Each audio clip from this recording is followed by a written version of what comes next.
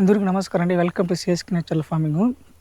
మీరు చూడండి, ఇప్పుడు మనం ప్రకృతి వ్యవసాయంలో ఎందుకు మినిమం డిస్టర్బెన్స్ ఆఫ్ సాయిల్, తర్వాత మల్చింగ్ వేయడం వల్ల వాప్స్ ఎలా అవుతుంది, ఈ మల్చింగ్ వేయడం వల్ల మన యొక్క సూక్ష్మ వాతావరణం ఎలా లభిస్తుంది అనేది మన యొక్క సుభాష్ పాలేకర్ గారు చెప్పినారు. అంటే మన యొక్క పద్మశ్రీ గ్రహీత, ఆయన యొక్క మన యొక్క దేవుడిచ్చిన వరం అండి మన ఇండియాకి. అంటే దానికి ముందు కూడా మన మొసనగా ఫోకో కానీ జపనీస్ సైంటిస్ట్ చెప్పినారు, వీటిని మనకి రికమెండ్ చేసినారు. తమిళనాడులో వచ్చి నమ్మాలో అనేసి దేవుడు ఒక్కొక్క స్టేట్కి ఒక్కొక్కరిని ఇచ్చినారండి. అది ఎంతో మన యొక్క దేవుడికి మనం చేసిన పుణ్యం ఏమో మనకు తెలియదు. అంటే ఇప్పుడు మనం మెయిన్గా మన యొక్క ఆర్వైఎస్ రైతు సాధికార సంస్థ ప్రకారం వాళ్ళు ఎందుకు మీరు దయచేసి పురుగుల మందులు వాడొద్దండి, మల్చింగ్ వేయండి, ఎక్కువ మన యొక్క భూమిని దున్నద్దని ఎందుకు చెప్తారంటే మీకు చెప్తాను చూడండి. ఇప్పుడు మనం ముఖ్యంగా ఇప్పుడు వానపాములు ఎన్ని రకాలు, ఆ వానపాములు రైతులకి ఎలా మేలు చేస్తుంది, ఎటువంటి అంటే వానపాములు దాదాపు 3 రకాలు ఉందండి. ఎపిజిక్, ఎండోసిక్, ఎన్ఎసిక్ అనేది 3 రకాలుగా ఉంటుంది. ఈ 3 రకాల వానపాముల గురించి మన ఈ యొక్క వీడియోలో చెప్తాము. ఇంకొకటి మన యొక్క ఇండియన్ బ్రీడ్కి మన యొక్క అదర్ కంట్రీ చూడండి, వీళ్ళ సంథింగ్ అమెరికా వాళ్ళది కొంచెం ఉంటుంది కానీ సౌత్ ఆఫ్రికా ఈ యొక్క వానపాముల జాతిని, వీటికి ఆ యొక్క వానపాములకి మన యొక్క ఇండియన్ బ్రీడ్ వానపాములకి మీకు నేను డిఫరెన్స్ అంటే మన యొక్క ఇండియన్ బ్రీడ్ అనేది ఇది యొక్క వానపాము యొక్క మన ముఖ్య ప్రాధాన్యత నేను చెప్పగలుగుతాను. ఈ యొక్క వీడియోలో మీకు చూపిస్తాను చూడండి. మన కైలో మీరు ఎక్కడ చూసినా వానపాములు ఎక్కువ ఉంటుందండి. చూడండి, ఇప్పుడు మనం దాదాపుగా 1 ఇయర్కి ఒకసారి అంటే లేతగా ఈ యొక్క మడకతోనే దున్నుకుంటామండి మన యొక్క ఇండియన్ బ్రీడ్తోనే. అంటే మేము ఎక్కువగా ఈ మినీ ట్రాక్టర్ అంతా పెట్టమండి, అది వేస్ట్. అది ఇక్కడ చూడండి, అంత లోపల వెళ్ళిపోయింది వానపాము. ఎక్కడ చూసినా దీని పేరండి ఎన్ఎసిక్ అంటాము. ఎన్ఎసిక్ మన యొక్క ఇండియన్ బ్రీడ్ అండి. దాదాపు 18 అడుగులండి, 18 అడుగులు లోతు వెళ్ళి మన యొక్క పంటకి వేర్లు కానీ ఆక్సిజన్ కానీ నీరు కానీ అన్నీ అందిస్తుందండి. ఈ 18 ఫీట్ల లోపల పోవడం వల్ల గాలిలో ఉండే తేమ కానీ ఆక్సిజన్ కానీ అన్నీ వెళ్ళి ఈ యొక్క మన యొక్క మల్లి చెట్టుకు అనేది అందిస్తుందండి. ఇంకోటి దీంట్లో కూడా ఉంటుంది. ఇక్కడ చూడండి, మనం ఎక్కడ చేసినండి మన యొక్క వానపాములు ఇక్కడ చూడండి ఎక్కువగా ఉంటుంది. ఇక్కడ చూడండి, అదే మీ కైలో చూపించండి చూస్తాం. అంటే దీనిలో చూడండి, మనం ఏ దేనిలో చేసినా మన యొక్క వానపాములు దీంట్లో ఉంది చూడండి. ఇదేంటి మన యొక్క న్యాచురల్ ఫార్మింగ్ యొక్క ఇది చూడండి, దీని లోపల ఉంటుంది ఎంత లోతులు పోయింది చూడండి. ఇది చూడండి, అంటే దీంట్లో కూడా ఉంది చూడండి.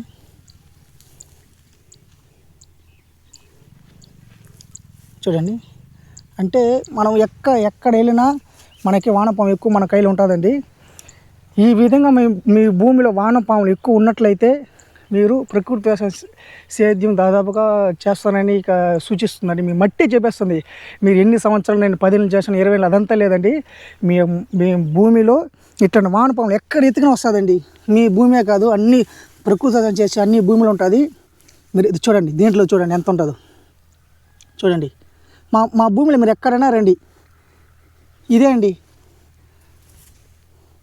మన ప్రకృతి వ్యవసాయం చేస్తా అనేది ఈ వానపాములు చూపిస్తుంది. మీరు చెప్పాల్సిన పని లేదండి. ఎర్త్ వామ్స్ రైతుకి వెన్నముక్క ఏదంటే ఈ వానపాములు అండి. సో ఏమండి, ఇక్కడ చూడండి, దీని పేరు చూడండి ఎన్ఎసిక్ అంటాము. ఎపిజిక్ అంటే కేవలం మనలో వీళ్ళు బయట దేశాలు కంపోస్ట్ కనిపెట్టారు కదండి, కంపోస్టు.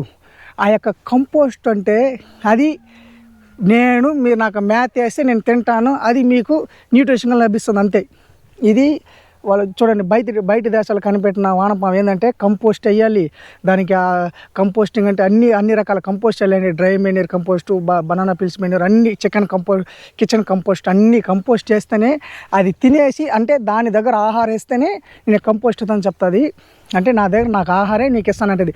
కానీ ఎండోజిమిక్ అంటే అది ఏదో అంటే ఇప్పుడు ఎపిజిమిక్ అంటే ఆర్గానిక్ మ్యాటర్ అంటే పై పొరలో ఒక దాదాపు 3 నుంచి 4, 6 సెంటీమీటర్ పై మట్లనే ఉంటుందండి. అదంటే పైన ఉండే మేతను ఆ యొక్క ఆకులను పంటలు తినేసి అది ఉంటుంది. అంటే దానికి మనం ఆహారం వేస్తేనే దిబ్బెరులు కానీ అన్ని ఆకులు కానీ కంపోస్ట్ వేస్తేనే తింటే బ్రతుకుతుంది. ఎండోజిమిక్ అంటే పంట కన్నా ఒక అద్దడుగు లోపల అండి, అంటే ఒక అద్దడుగు లోపల వెళ్ళి పంటకి సాయిల్ డ్రిల్లింగ్ చేస్తుంది. అంటే మట్టిని కొంచెం కొంచెంగా అంటే అది ఎక్కువ మనకు పంటకి ఎక్కువ మేలు చేయదు, ఏదో సంథింగ్ చేస్తుంది అంటే ఎక్కువ పంటకి కావాల్సిన ఆక్సిజన్ కానీ తేమ శాతం కానీ ఎక్కువ నిలువ చేసేది ఉండదు, ఏదో సాయిల్ డీలింగ్ చేస్తుంది, న్యూట్రిషన్ని మన పంటకి అందిస్తుంది. అంటే ఇది వచ్చి బయట దేశాల యొక్క వానపాములు అంటే అది ఎపిజిక్ చెప్తాను చూడండి. ఎపిజిక్ ఎండోమిక్ ఇదని అంటే ఎండోమిక్ అనేది మన యొక్క ఇండియన్ బ్రీడే, కానీ అంతగా అది మనకు వచ్చి ఉండదు. ఎపిజిక్ మన యొక్క కంపోస్ట్ దానికి ఆహారం వేస్తేనే మన యొక్క సాయిల్ని డీల్ చేస్తుంది. ఇక్కడ చూడండి, ఇదేనండి ఎనెసిక్ అంటే ఇదే 18 అడుగులు లోపల వెళ్ళి మన గాలిలో ఉండే తేమను ఆక్సిజన్ను అన్నీ మనకు పంటకు వేరుకు అందించి ఇది మట్టినే తింటుందండి. మట్టినే తిని మట్టిలో ఉండే దీని యొక్క వేస్టేజే మన పంటకి న్యూట్రిషన్గా లభిస్తుందండి. దీనికి ఎటువంటి ఆహారాలు పేడ కానీ దిబ్బెరువులు కానీ కంపోస్ట్ కానీ ఏం అవసరం లేదండి మన యొక్క ఇండియన్ బ్రీడ్ ఎనెసిక్ అనేది. సో మన ఎనెసిక్ అంటే ఇండియన్ బ్రీడ్ ఉండడం వల్ల మనం ఎందుకు మనకు ప్రకృతి వ్యవసాయంలో మీరు ఎటువంటి దిబ్బెరువులు కానీ ఏం వేద్దాం ఎందుకంటారంటే మనం పురుగుల మందులు కానీ ఎరువులు కానీ ఇది వాడక నిలిపినామంటే ఆటోమేటిక్గా మన ఎనెసిక్ అనేది మన యొక్క ఇండియన్ బ్రీడ్ అనేది వానపాములు ఎక్కువ ఉత్పత్తి అయిందంటే మనకి లోపల మీరేం చేయాల్సిందండి, విత్తనం వేసినారా బయట వచ్చండి, ఇదే మనకు పంట చేస్తుందండి. 18 రోజులు కిందికి వెళ్ళి హోల్స్ వేసి మట్టిని బాగా దుక్కిలాగా చేసి మృదువుగా చేసి మన పంటకి అన్ని రకాల పోషకాలు లభిస్తుందండి. ఇదేనండి ఈ మట్టినే మాణిక్యం చేసి మన పంటకి ఎరువులుగా లభిస్తుందండి. సో దానికండి మన యొక్క ఇండియన్ బ్రీడ్ అనేది ఎంత ముఖ్యమనేది మనం చూపించడం జరుగుతుందండి.